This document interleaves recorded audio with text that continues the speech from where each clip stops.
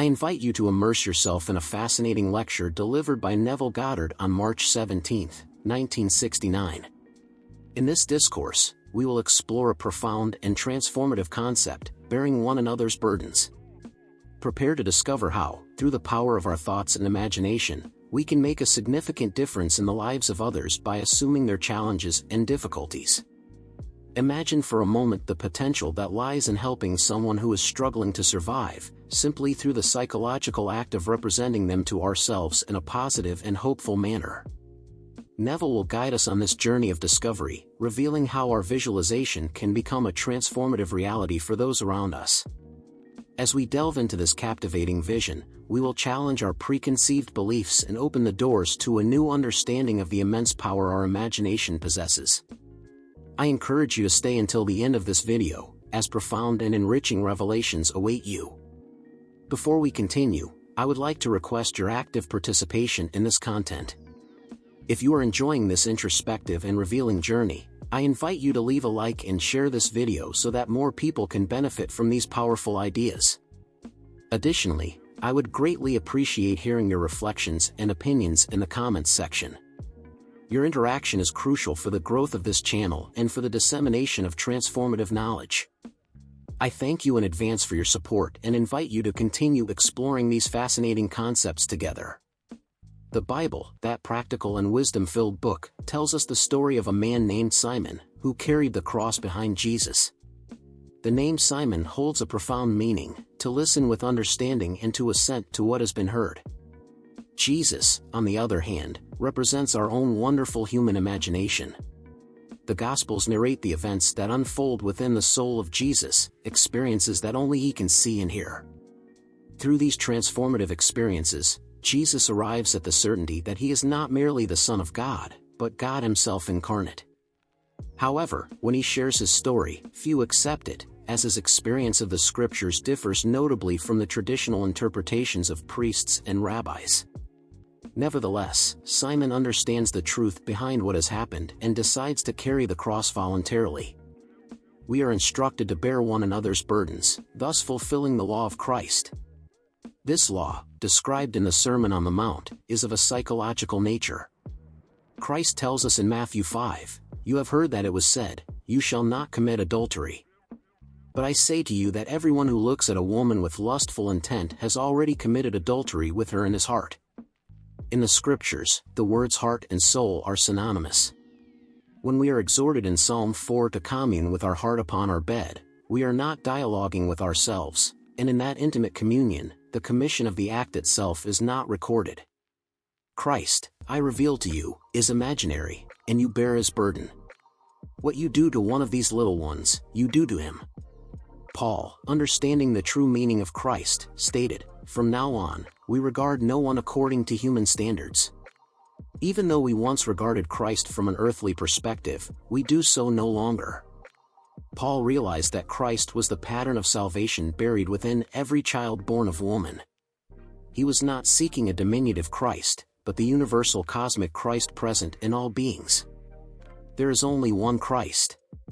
Therefore, when you imagine, you are imagining Christ. The one who listens and believes is given the name Simon. It is he who goes out to meet and carry the cross, relieving the weight of the one who bears the entirety of the cross.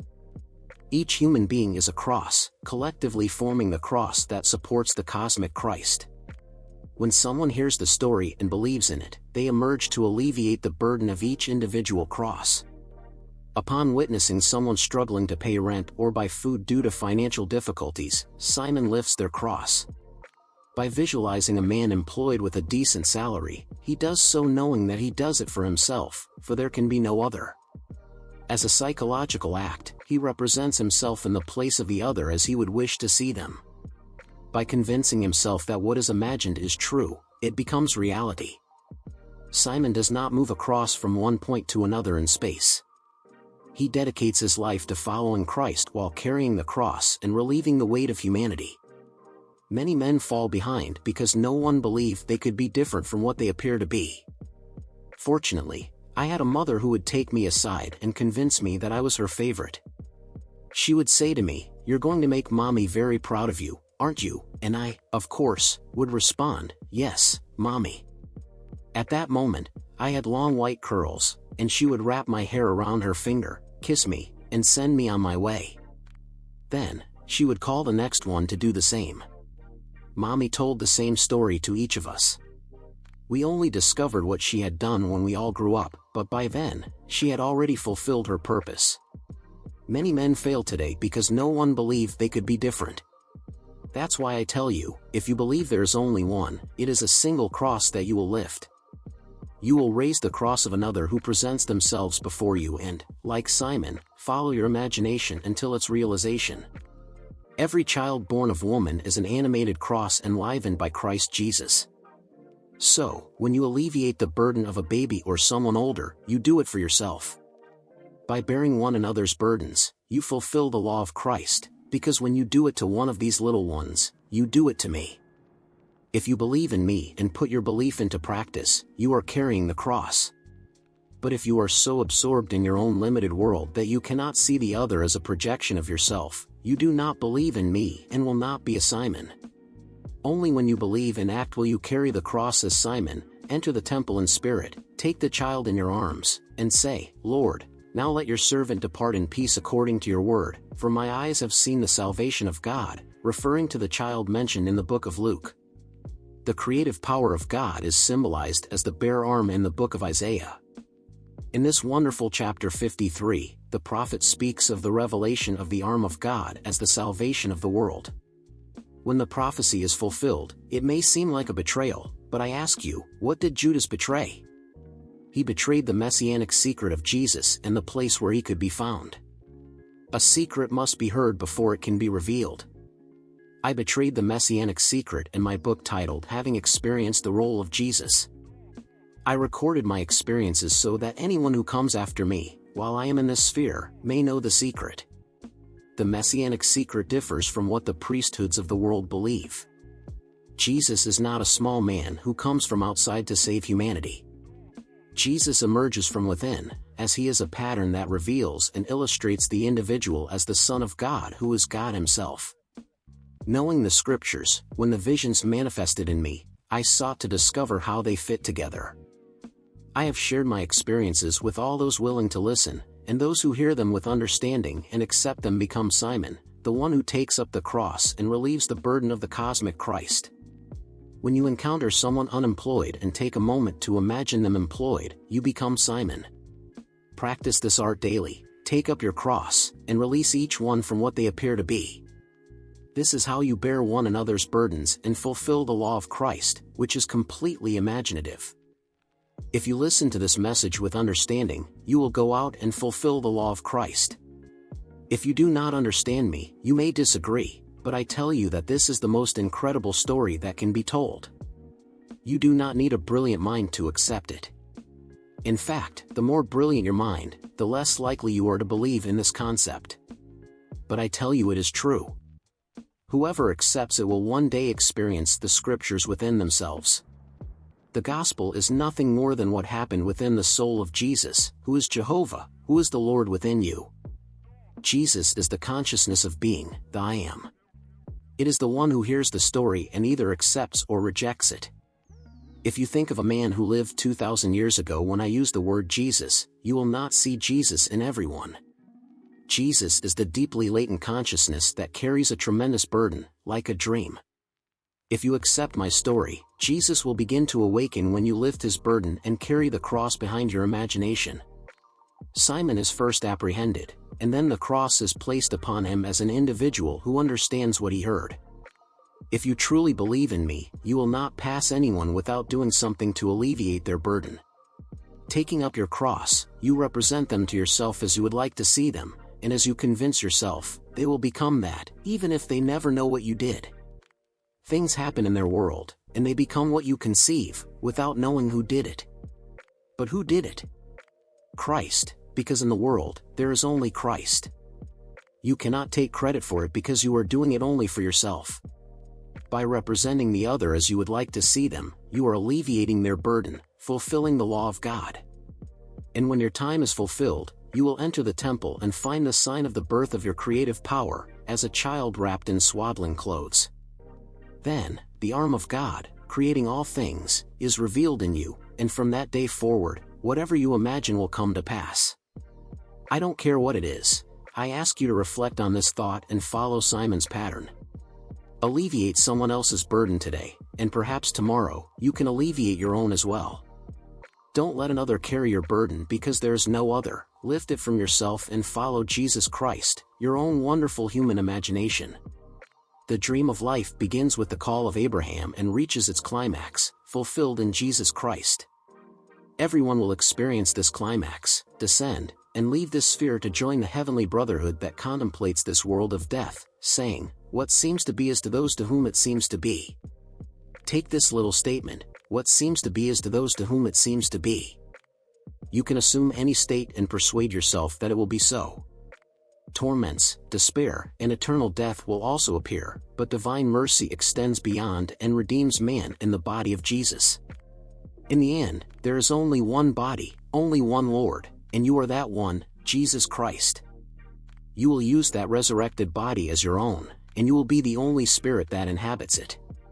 Today, you are not aware of your true identity, but Paul made it very clear in his second letter to the Corinthians when he said, "If we have been united with Christ in a death like his, we will certainly also be united with him in a resurrection like his." You see the difference in the verb tense. We have already died with Christ and will live with him. When God's pattern of salvation breaks through and the gospel is revealed within us individually, now, every time I tell my story, some, knowing me by my physical origin, do not recognize me due to my spiritual birth. They see only the outward man, judge by appearances, and claim that I am blaspheming with these bold statements.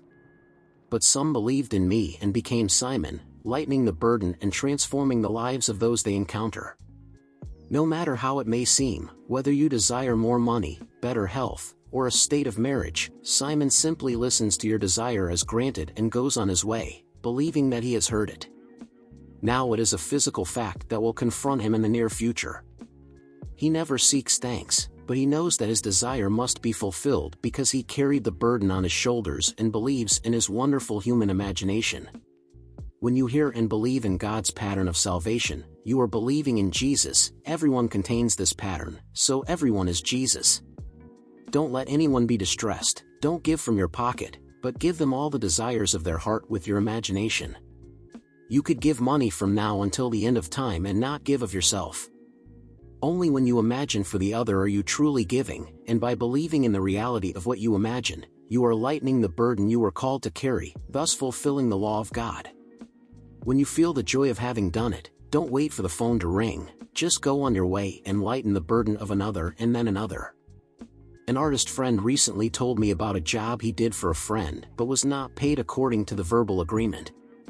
After our discussion, I heard my friend say that the debt was paid. "That's all I did last night," he told me.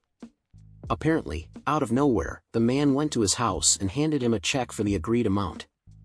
Now I would say that the check will multiply continuously because many artists need his talent to improve their own. Don't say that something cannot be done because the moment you say it, you are imposing a limit on yourself. Don't limit your friend by his financial, social, or intellectual situation. That is a heavy burden for him. Instead, lift your cross and free him. We live in a world of horrors, but as Blake said, don't be intimidated by the horrors of the world. Everything is ordered and right and must fulfill its destiny to reach perfection. Follow this pattern and you will receive from your own ego a deeper perception of the eternal beauties of reality. You will also experience an even deeper liberation from everything that now seems so sad and terrible. When you know this truth, you will lighten the burden of everyone you meet because you will know that, regardless of the color of their skin, the language they speak, their belief or nationality, you and they are one, because God is one. The Great Shema, the Hebrew confession of faith, "Hear, O Israel, the Lord our God, the Lord is one," will have a new meaning. If God is one, there can be no other. In the end, you and I will be the same, because the same Father sent the same Son to convey this thought to the world. Through the spoken word, I have transmitted teachings and embodied in my work Resurrection that the true Son of God is David, who has completed the mission for which he was sent. The clergy, lacking vision, are unaware of this mystery and merely read a book that they fail to understand in depth. my mother considered priests to be wise men who should not be contradicted. Although I never argued with her about this, I was certain that she was mistaken. From a young age, through visions, I understood that priests did not truly understand what they were talking about, but my mother could not conceive how her little child in church was capable of questioning those whom she saw as scholars due to their mastery of Latin and Greek. However, I was aware that their knowledge came from study, while my wisdom emanated from vision. Upon reaching maturity, I received the call and the commission to reveal the true Son of God, the one who unifies all of humanity. We will all come to understand that this Son is our own Son, as it will be revealed to each of us that God the Father, Jesus Christ within us, is God the Father, and David within us is his Son. The time will come when David will awaken within you, emerge from within you, and call you Father, giving you an indisputable certainty. Perhaps, based on what you have heard tonight, you can transform your beliefs, but you will never experience the absolute assurance of fatherhood until you behold David as your own son. And when we all recognize David as our son, will we not all be the only father? Tonight, I invite you to assume the role of Simon. In doing so, you will not be neglecting yourself, but you will be helping yourself, for as we are told in the story of Job, while he prayed for his friends, his own captivity was released. When he forgot about himself and prayed for his friends, everything he had lost was restored to him. By praying for your friends, you will discover that your own captivity vanishes, your cross becomes lighter until you finally become the light itself. Accept, then, my yoke upon you and learn from me, for my yoke is easy and my burden is light. Do not seek gratitude or financial reward in doing so, simply experience the joy of lifting the cross, for in doing so, you are removing it from your own shoulders. When I hear that someone's needs have been met and I am convinced that it is true, it becomes reality. I never reveal what I did, I simply rejoice in the joy and satisfaction of seeing the law of Christ fulfilled. It never fails when put into practice. Believe in the reality of your own acts and marginalize them, for faith is loyalty to the unseen. Have faith in your marginal act, even if it is imperceptible to the external world, as a tangible fact. Your loyalty to your invisible reality must manifest itself to the world. This is the practical part tonight. You and I can alleviate the cross from our own shoulders, because by lifting your cross, I am lifting mine, and in some mysterious way, the burden vanishes from me. All those you meet become visible, for there is nothing but you in the world. By reading the passages I have mentioned tonight, combine them and you will obtain a beautiful mosaic. Remember, when you do this to the least of these, you do it to me, the one whom the world seeks. You may see me as an insignificant man, but I am Christ, the Lord God Jehovah. Lift my burden, even for the humblest neighbor. You may not recognize your harvest, for you may not remember the favor you granted to another long ago. Seeing them healthy and prosperous today, you may forget what you did, and perhaps they themselves have forgotten asking you for help. But what does it matter? The burden has been lifted. Go ahead, play the role of Simon, and on the least expected day, you will find the symbol of your creative power as a child wrapped in swaddling clothes. When the scriptures are revealed within you, you will experience an emotion that transcends ecstasy. Then, you will no longer conceive of the scriptures as a secular story, you will know from your own experience that it is a supernatural story that bears no relation to the events as related by the apostles. They did not happen on earth, but in the soul of man as he journeys through this world. I have shared with you what happened in my soul, with the hope of finding some who believe enough in me to put my words into practice. I have revealed myself to those who believe, and now they are beginning to reveal themselves, while the rabbis and priests who consider me an impostor remain veiled. When Moses is read, the veil covers their minds. I pray for all of them, for they are blind to the truth due to their reluctance to accept any change in their entrenched beliefs. I came to make it clear to the entire world, who is the true Son of God who will unify the world. Jesus Christ is God the Father, and his Son is David. When David calls you Father, you will know that it is Jesus Christ the Lord.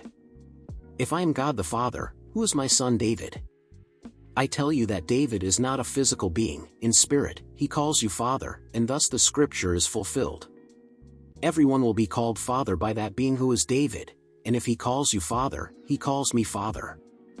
Are we not the same being? Are we not the only God and Father of all?